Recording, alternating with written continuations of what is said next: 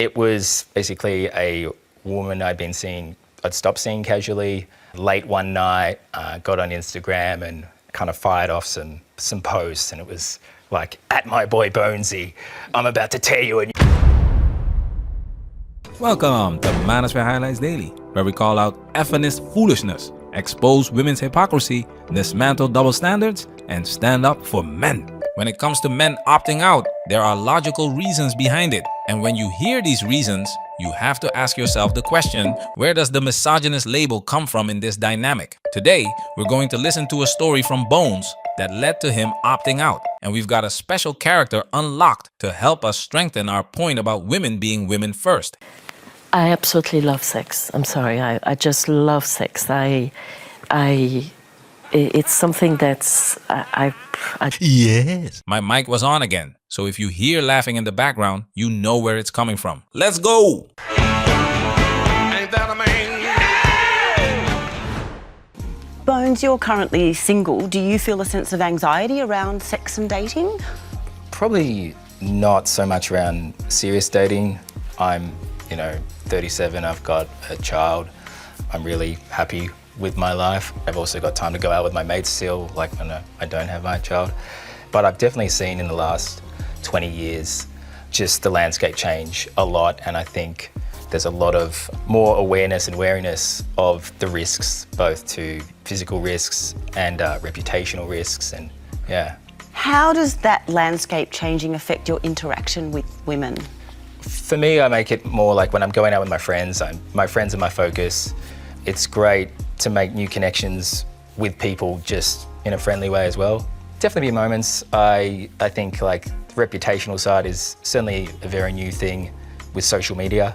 I think we've all seen like people get drunk on the power of social media platforms, especially when drinking, sound off on their exes. It's great theatre if you're not involved in it yourself. It's good gossip, it gets people going. I did have a little taste of it, not like a proper dip, but like I did feel what those people felt. Do you mind sharing what that experience was? Yeah, so it wasn't anything too nefarious, but it was basically a woman I'd stopped seeing casually. Late one night, got on Instagram and kind of fired off some posts, and it was like, "At my boy Bonesy, I'm about to tear you a new asshole." And it's like, he used my name in a story. It was kind of shocking to read. It was threatening. I spoke to her, like once I saw it was up, I kind of woke up and it was there, and I explained how I thought this was a misunderstanding. She took the post down. She said it had been resolved, and she put up a photo of like a rainbow and said, "I'm all about positivity now." But yeah, it definitely kind of dipped my toes in that feeling that I see a lot of people have gone through, which is someone's writing something about me on the internet and I have no control of it. And it's something that I don't believe is true at all. And yeah, they're able to kind of post with impunity because you don't have a team of lawyers behind you to tell them to take it down. And it's like, yes. Say it again. What can you do? And yeah, you really feel that sense of panic. What can you do? It always starts with a question triggered by a cause. This woman decided to throw a tantrum on the internet for the world to see. Why? And I feel like I feel like because I feel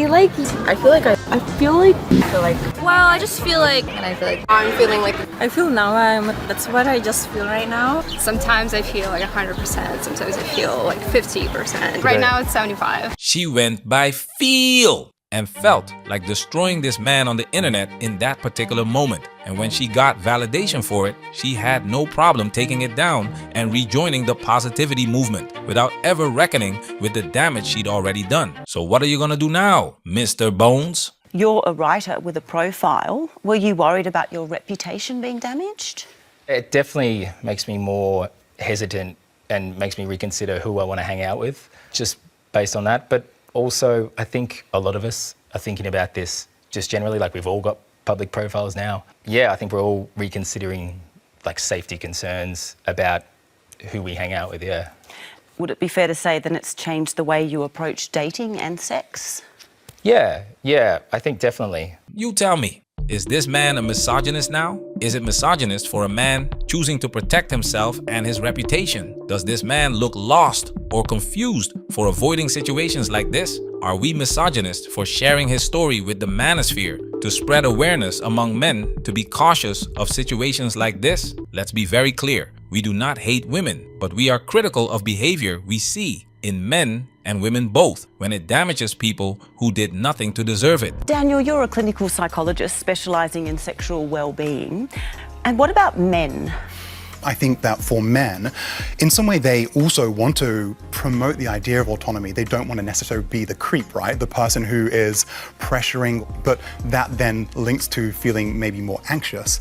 And in that anxiety, that may make it difficult to know, how do I actually negotiate this? The rules and the norms regarding sexuality and relationships more broadly are changing quite rapidly. If I'm not going to be perhaps the macho, dominant, perhaps aggressive man, who am I now, and where are the rules to be able to do this in a meaningful way? This is one of our biggest critiques of modern dating, especially in the years after Me Too. The old rules got torn up, but nobody replaced them with anything clear. And into that vacuum walked a lot of confused, anxious men trying to figure out what's actually expected of them. Natalie, can women send mixed signals when it comes to sex? Most definitely. We are so confused. We don't understand sometimes, and I say we, I'll talk for myself, but sometimes we're so not in contact with who we are that we will send out some kind of message that's completely confused to a man when we don't even know what we actually want. We don't even have an intention behind what we're sending to that guy. So that's very confusing, I believe, for a man. Could that be seen as a sense of entitlement? From women? Oh, definitely for me, yeah. We are very entitled women. We're entitled to change our mind all the time. We're entitled to not know what we're doing. We're entitled to all kinds of things in our mind. And when we sit down with ourselves and we start looking at all that and taking responsibility, then we start realizing that there's some stuff that we need to clear up. I think there's a prevailing myth out there that men should know what to do, when to do it, and how to do it. And it causes a lot of anxiety for men. Listen to that answer closely, gentlemen. She's not being defensive about it. She's naming it herself. Women, in her words, are entitled to change their mind, entitled to not know what they're doing, entitled to send signals they don't fully understand themselves. That's an honest admission. It's also exactly the situation men are told to navigate flawlessly. Read the mood correctly every time with someone who's telling you up front that even she doesn't always know what her own signals mean. The foolishness. So is having sex when you're not in the mood the same as having sex without consent? It is different for me. I absolutely love sex. I'm sorry, I just love sex. It's something that's, I just love it. When I'm not in the mood, that doesn't mean I don't love it. And there is a part of me that I'm not saying enjoying it, but that is okay with that. Have you ever pushed to have sex when the other person wasn't in the mood? Yes, I did. Yes, I did. And that's part of me taking my responsibility about sex. I have pushed myself on men when they didn't want to. And that pretty much, looking back now, it's like, wow, okay. That's not on. This is pure gold! Gentlemen, I want to slow down here because this is the part of the interview that deserves to be taken seriously, not turned into a punchline. What Natalie just described, pushing sex on someone who wasn't in the mood, is, by her own words, non-consensual. She says it herself. I have pushed myself on men when they didn't want to. To her credit, she owns it as something she's had to sit with. Here's the point worth making, and it's not a joke. If a man had said the exact same sentence on camera, yes, I've pushed myself on a partner who didn't want it, that clip would not be a laugh line in a podcast. It would be the headline. It would follow him for the rest of his career. There would be no room for, that's part of me taking responsibility. There would just be consequences. So this is literally how the video starts. Warning, this video is an attempt at a good faith nuanced look at the fictional movie Obsession and the characters therein, which will probably upset some of you. for some reason. Immediately I'm pissed. You know that saying, it's not what you say, it's how you say it? Well, in this case, it's what he says and how he says it. Like, tone will continue to be a problem. I'm sorry if... Immediately no. Immediately no. Wrap it up. We cannot be starting this apology with an I'm sorry if. I'm sorry.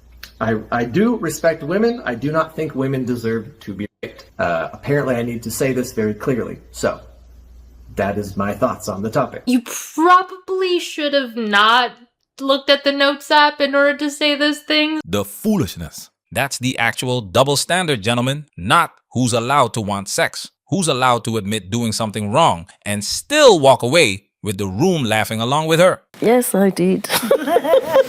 Amal, has relying on body language to determine your next move ever backfired? Yeah, there was this one particular incident. There was this girl, we know each other for quite some time. She knows that I'm interested in her, so I've already communicated my interest in her previously. And there was this one fine day where we were just having a conversation and she was dressing up to go out. And the whole conversation started by she saying, hey, can you check if my dress is okay? And she went and changed and she was trying many different dresses, and then we sorted it out, and then she said, my hair is not okay, I'm gonna do my hair. So we sat down next to each other, with her doing her hair and me having a conversation, and flirtatious signs, I can see signs on her face. And then she was doing her hair got tangled, so she was like, can you help me? So all of these are signs for me that like the girl wants me to do something. So I helped her out, I touched her hair, obviously because she said that. And then she felt my hands are hurting with too much hair tying, so I gave her a small massage and she was like, wow, this is so good, you've got good hands. So every time you get a compliment from the other person, you feel like it's a positive response. And she gave all these signs. We had like arms around each other, I had my arms around her shoulders, and she was like, we look really cute together. A month later, there was another different conversation happening in the house where she jumped in and she was like, yeah, he touched me inappropriately and I wasn't uncomfortable with it. This is the flip side of the same coin, gentlemen. Amal isn't a villain in this story, and he's not a hero either. He's a case study. He read compliments, closeness, and body language as green lights. That's precisely the standard modern dating keeps handing men. Don't ask, just know. Read the room, feel the energy. And here's what nobody tells you when they hand you that standard. You can read every signal available to you, act in good faith, and still end up blamed for it a month later in a conversation you're not even part of, with zero warning that anything was wrong in the moment. That is not a fair test to give anyone. Not because women are lying when they raise these things. Sometimes they're right to, but because you should have just known is not a rule. It's a standard that can only ever be applied after the fact, which means no man can ever actually pass it in real time. He can only find out later whether he passed. Sarah, you've experienced sexual violence. How do you feel about body language when it comes to consent? Verbal consent is key, the less you know a person. I understand that a lot of people think that maybe that ruins the mood, but for me and the people close to me, I think asking for consent can be really sexy, even if it's just for the fact that it shows that someone's educated, which I find stimulating. And if we need to overcorrect and make sure everything's verbal all the time to get to a point where we fix this empathy deficit when it comes to reading other people's body language, then that's what we have to do, whether it's unsexy or not. Hold on, gentlemen. Compare that to what we just heard from Natalie and Amal. Amal read compliments, closeness, and body language, and still ended up blamed a month later. Sarah is telling you on camera that body language was never good enough in the first place. Her standard is verbal every time, no exceptions, no matter how well you think you're reading the room. So which is it, gentlemen? Do you read the signs like Amal tried to, or do you ask out loud like Sarah says you must? These are not the same rule. And if the room itself can't agree on the standard, what exactly is a man supposed to walk in already knowing? Do you ask your partner for consent too? Absolutely. Goes both ways. Absolutely. To her credit, Sarah applies the standard to herself too. That's consistent and it's fair, but consistency from one woman doesn't fix the problem. because the man walking into a date has no idea which woman he's about to meet. The one who finds a verbal check-in sexy and educated, or the one who will never even bring it up. And years later, at 71, describe going 5 years without touch because nobody ever said a word out loud. How long had it been since you'd been sexually intimate? About 5 years. I stopped on the dating apps when I was 65. I'm just dying of boredom, really. That's the trap, gentlemen. Not that women disagree. People are allowed to disagree. The trap is that men are expected to already know which standard applies to which woman before the conversation even starts. Guess her preference correctly, or you're either creepy for asking too much or aggressive for not asking at all. And my initial reaction was really feeling angry because you were interested in the moment, and then again, you know me really well. We talk pretty often. We have talked a lot between those within the month as well. So you never brought this up before, and when there's something else going on, you want to bring that in. So I wasn't feeling really happy about it. But that's one instance where I feel like it's backfired. Would talking about sex and asking for consent have been helpful in that situation? I've thought long and hard about it. I'm not 100% sure, but I personally feel women are so privileged in this space where they can just point the finger at someone and it's the men who has to prove their innocence to other people. So say that again for the people in the back. The burden of proof in the court of public opinion sits almost entirely on the man. A woman raises a concern, and the man's job instantly, publicly, is to prove a negative. Prove he didn't, prove his intentions, prove his character. Meanwhile, the accusation itself requires no proof at all to do its damage. That asymmetry is why men are opting out, gentlemen, not because they're scared of women, because the rules keep changing. Nobody will write them down, and the penalty for getting it wrong, even innocently, even in good faith, is total. And you just got back from New York? Yeah, I was in the Hamptons. Oh my God, wonderful. I was like, get me out of here, out of Australia. See you later. Goodbye. All I'm going to say is American men are just as weak as the Australian men. Just really? Putting it out there. They don't approach you there either. I give up. That's so interesting because everyone always says that American men are way more forward. Maybe from Texas, the South, but not in New York, I can assure you. They're just not masculine. Oh. Everyone's scared. Everyone's like, am I going to have to approach someone? No, thank you. Not happening. Sorry. Fair enough. And there it is again, gentlemen. The same women who won't hand men a blueprint are the same women complaining that men have stopped trying. You cannot build a system where every approach is a legal and reputational risk. Refuse to clarify the rules and then act shocked when men calculate the odds and walk away from the table entirely.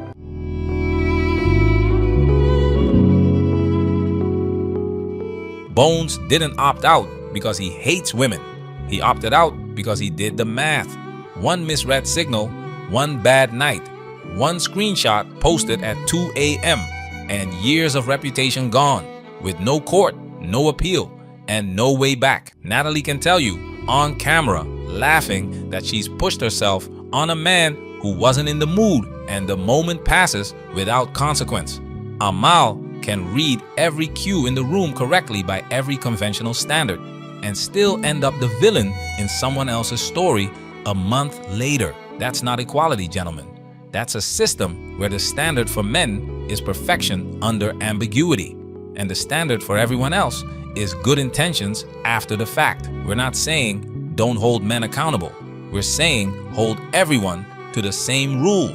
Write it down, make it clear, apply it the same way to the same behavior, regardless of who's doing it.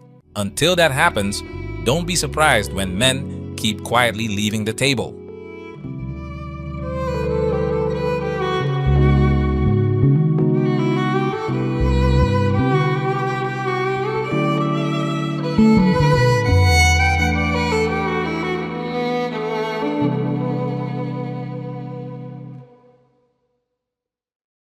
Listen to all, follow none. Steady treat and we get tricked. Steady kisses, we get kicked. It's a hard knock life. Manosphere, we working. Protect yourself at all times. this video has officially been highlighted.